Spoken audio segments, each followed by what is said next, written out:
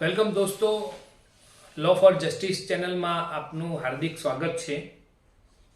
આજે આપણે જમીનની ખરીદી બાબતે અને એ પહેલા આપણે જે બાનાખત કરીએ છીએ એ બાનાખત વિશે આપણે ચર્ચા કરીશું કે કોઈ પણ પ્રોપર્ટી આપણે ખરીદતા હોઈએ એ વખતે આપણે સૌ પ્રથમ તો જ્યારે ડીલ નક્કી થઈ જાય, એની કિંમત નક્કી થઈ જાય, એનો વાયદો નક્કી થઈ જાય કે આટલા સમયમાં પેમેન્ટ કરવાનું, ત્યાર પછી આપણે જે કામ કરીએ છીએ એ કામ કરીએ છીએ લખાણનું, બાનાખતનું કામ કરીએ છીએ।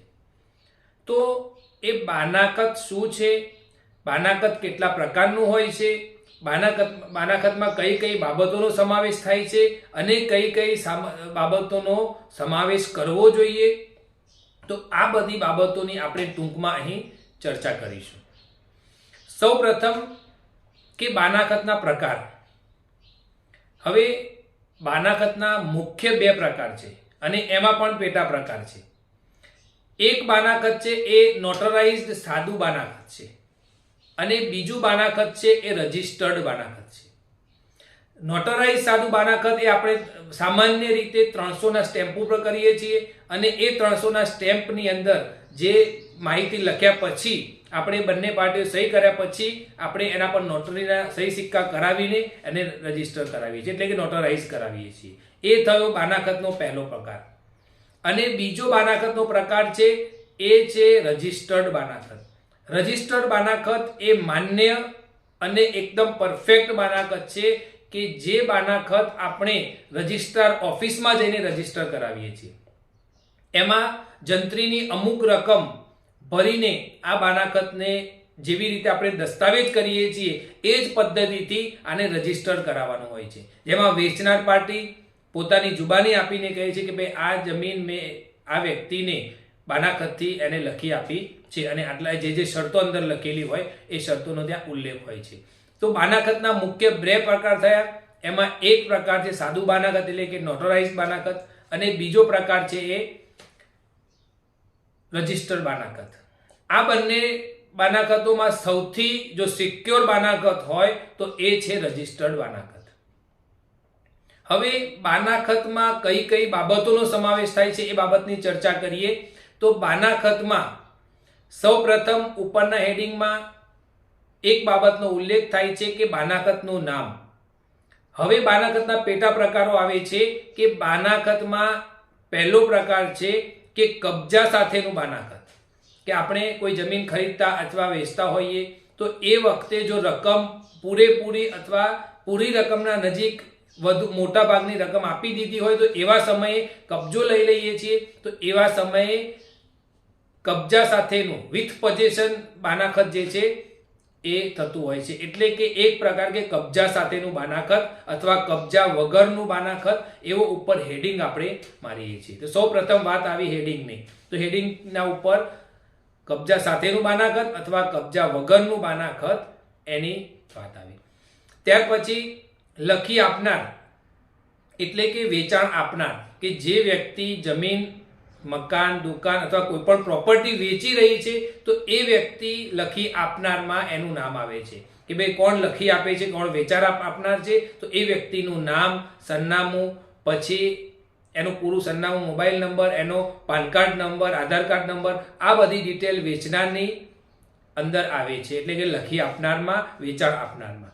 બીજું નીચે નામ હોય છે લખી લેનાર અથવા વેચાણ રાખનાર, તો એની અંદર જે ખરીદનાર છે, જે પાર્ટીએ જમીન અથવા પ્રોપર્ટી રાખી છે એ વ્યક્તિનું નામ ત્યાં આગળ આવે છે।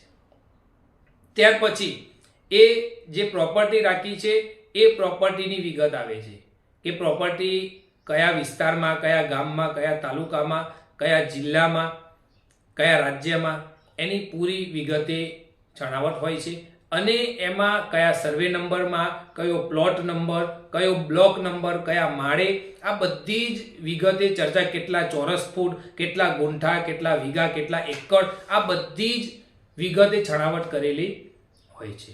ત્યારબાદ નીચે આજે જમીન ખરીદી અથવા વેચી તો આ ખરીદ વેચાણની જે શરતો છે એ બધી એના અંદર લખેલી હોય છે।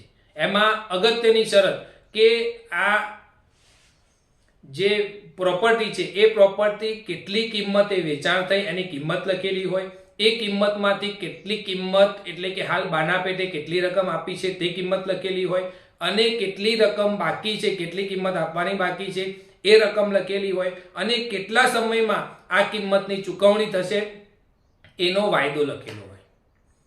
એ સિવાય બીજી શરતો લખેલી હોય. એમાં શરતોમાં અમુક શરતો એવી હોય કે ભાઈ જો આ સમયસર પેમેન્ટ આપી દેશે, જે દિવસે રાખનાર પાર્ટી, વેચાણ રાખનાર પાર્ટી જો જે દિવસ તારીખ જે નક્કી કરેલી છે એ દિવસ પેમેન્ટ આપશે, અને એ દિવસ બાનાખત રજિસ્ટર્ડ દસ્તાવેજ કરીને એ જમીનનો દસ્તાવેજ કરી આપવામાં આવશે એવી શરત લખેલી હોય છે. અથવા જો વ્યક્તિ એ દિવસ સુધીમાં અથવા એ દિવસથી 15 દિવસથી ના વધારાના સમય સુધીમાં જો આ રકમ ન આપી શકે તો અમુક કેસોમાં બાનાખતની રકમ ફોરફિટ થશે, એટલે કે એ બાનામાં જે રકમ આપેલી છે એ રકમ પરત મળવા પાત્ર રહેશે નહીં.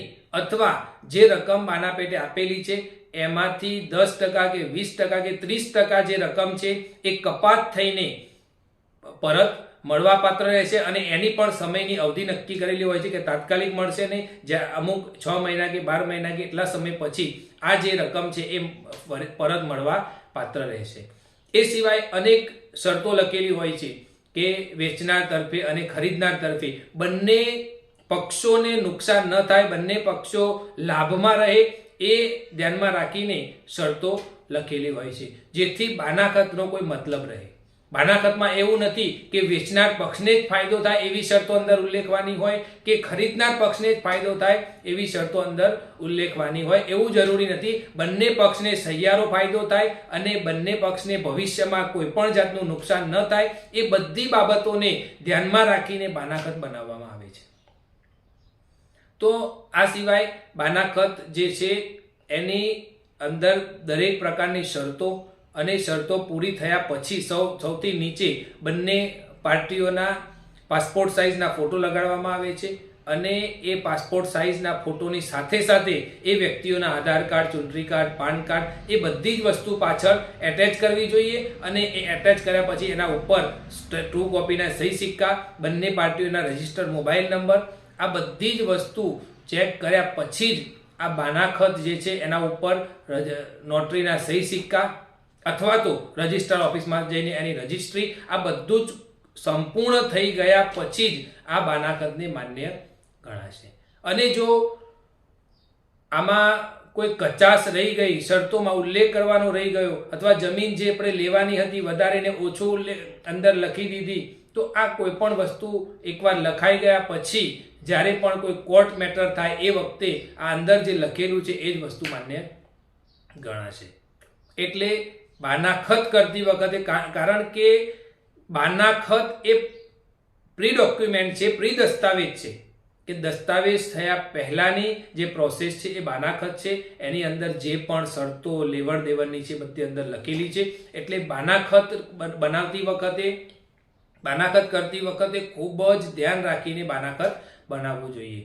તો આશા છે કે તમને આ બાનાખત ની જે માહિતી આપી એ માહિતી ગમી હશે. આ સિવાય પણ બાનાખતની અંદર ઘણી બધી ઝીણવટભરી બાબતો છે કે જેને કાયદાકીય બાબતો લાગે છે, અને જો એ બાબતો બાનાખતની અંદર ના હોય તો એ બાનાખત કોઈ કામનું રહેતું નથી, ખાલી એક પ્રકારનું કાગળ રહી જાય છે. તો આના માટે વધુ માહિતી તમે તમારા નજીકના જે વકીલ હોય, તમારા વકીલ મિત્ર હોય, તમારા સર્કલમાં કોઈ વકીલ હોય અથવા તમારા ફેમિલિયર કોઈ વકીલ હોય તો એમની સાથે વિચાર વિમર્શ કર્યા પછી જ આ બાનાખતને ફાઇનલાઇઝ કરવું જોઈએ, અને શક્ય હોય તો વકીલ જોડે જ બાનાખત લખાવવું જોઈએ, જેથી એની અંદર જે શરતો લખવાની છે એ શરતો વ્યવસ્થિત રીતે લખાય અને ખરીદનાર અને વેચનાર કોઈને પણ કોઈ જાતનું નુકસાન ન થાય અને ભવિષ્યમાં સંબંધ બગડવાની કોઈ શક્યતા ઊભી ન થાય. એ માટે બાનાખતની બાબતમાં બિલકુલ સિક્યોર રહીને અને એકદમ તટસ્થ રહીને બાનાખત કરવું જોઈએ. અને શરમાશરમીમાં ખાલી જુબાનના બોલથી ચલાવી લેવું ન જોઈએ.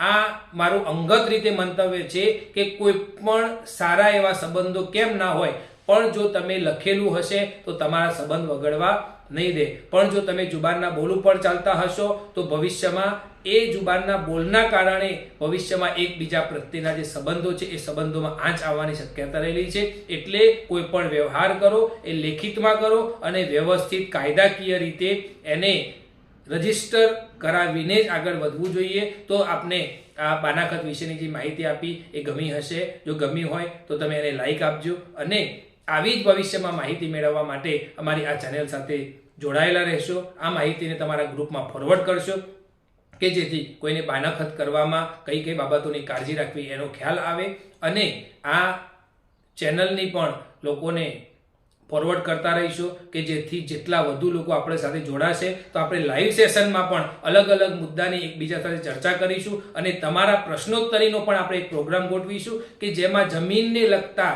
કોઈ પણ કાયદાકીય તમને પ્રશ્નો હોય તો એ પ્રશ્નોત્તરીનો પણ આપણે એક પ્રોગ્રામ ગોઠવીશું. જેના માટે વધુમાં વધુ સબસ્ક્રાઈબર આપણા જોડે જોડાયેલા હોય તો આપણને એ બધા કાર્યો કરવામાં ખૂબ જ આસાની રહેશે, ઉત્સાહ રહેશે અને જે વધુ જો લાભાર્થીઓ હોય, લાભ લેવાવાળા વધુ વ્યક્તિઓ હોય તો આપણને પણ એ ઉત્સાહ સાથે પ્રોગ્રામ કરવાની અને એ સિવાય પણ ભવિષ્યમાં સમય મળે એ પ્રમાણે આપણે અલગ અલગ વિસ્તારોમાં આપણે આ જમીનને લગતા કોઈ પ્રોગ્રામ રાખીશું કે જે ફ્રી ઓફ કોસ્ટ હશે. લોકોને જમીનને લગતી જેટલી પણ મૂંઝવણો હોય એ મૂંઝવણોને દૂર કરવા માટે આપણે શું કરવું જોઈએ એના માટે ફ્રી ઓફ કોસ્ટ આપણે અલગ અલગ જિલ્લાઓમાં, અલગ અલગ શહેરોમાં આપણે મિટિંગોનું આયોજન કરીશું અને લોકોના પ્રશ્નો સાંભળીશું અને એમને ફ્રી ઓફ કોસ્ટ કોઈ પણ જાતના ચાર્જ લીધા વિના આપણે સેવાકીય ભાવનાથી આપણે આવા પ્રોગ્રામો કરતા રહીશું. તો અમારી સાથે જોડાયેલા રહેશો અને તમારા આશીર્વાદ સાથે રહેશે તો આપણે ભવિષ્યમાં આપણે રૂબરૂ પણ મુલાકાત કરીશું. આભાર.